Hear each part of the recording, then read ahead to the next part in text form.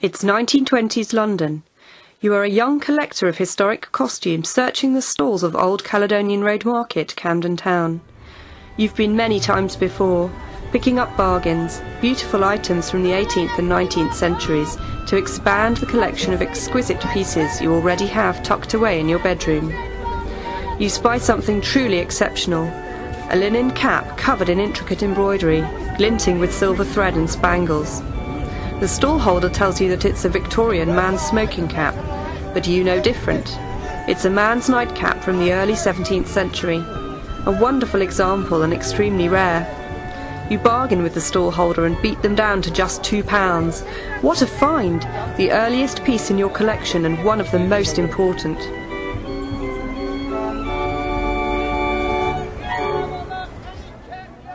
Olive Matthews put together the costume collection housed here at Chertsey Museum, and this was how she discovered her prize piece. The nightcap dates from around 1600 to 1620, making it either late Tudor or early Stuart. Fashioned from fine linen, it is embroidered with silks, silver-gilt thread and silver-gilt spangles, or early sequins. It has been made from a single piece of fabric, shaped into 6 segments for a snug fit around the head. Instead of trying to hide the seams, the embroiderer has made a feature of them, working pillars along the joins. This strong architectural framework encloses images of swords with coiling snakes, while flowers and insects are stitched all around. The cap once had a lining of coarser linen, but only fragments remain. The embroidery stitches range from stem, chain, buttonhole and plaited braid to rope stitch, all carried out by a deft and skillful hand. The subjects chosen for the embroidery are imbued with significance. Their meanings were known to many at the time. Probably chosen because they meant something to the owner of the cap, the pillars represent fortitude and constancy, the snake's wisdom and the swords refer to justice and military honour. Flowers were often taken to mean hope and joy, and their inclusion with insects is typical of much early 17th century embroidery.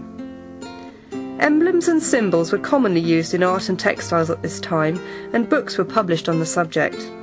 The nightcap is likely to be an example of domestic embroidery, which flourished in the 17th century. Wealthy women had designs sketched out by pattern drawers, and this piece was probably made as a present for a loved one by a female family member. Despite the name, nightcaps were not meant to be worn in bed.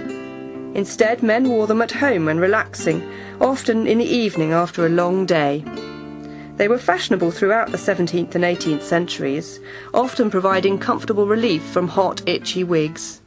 The metallic thread and spangles were designed to make the cap glitter in the evening candlelight. Despite being informal wear, richly embroidered accessories were still high-status items. Some men were so fond of their nightcaps, they even had their portraits painted in them. Have you ever searched for bargains at car boot fairs or jumble sales?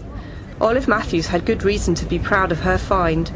She had done her homework and it bore fruit.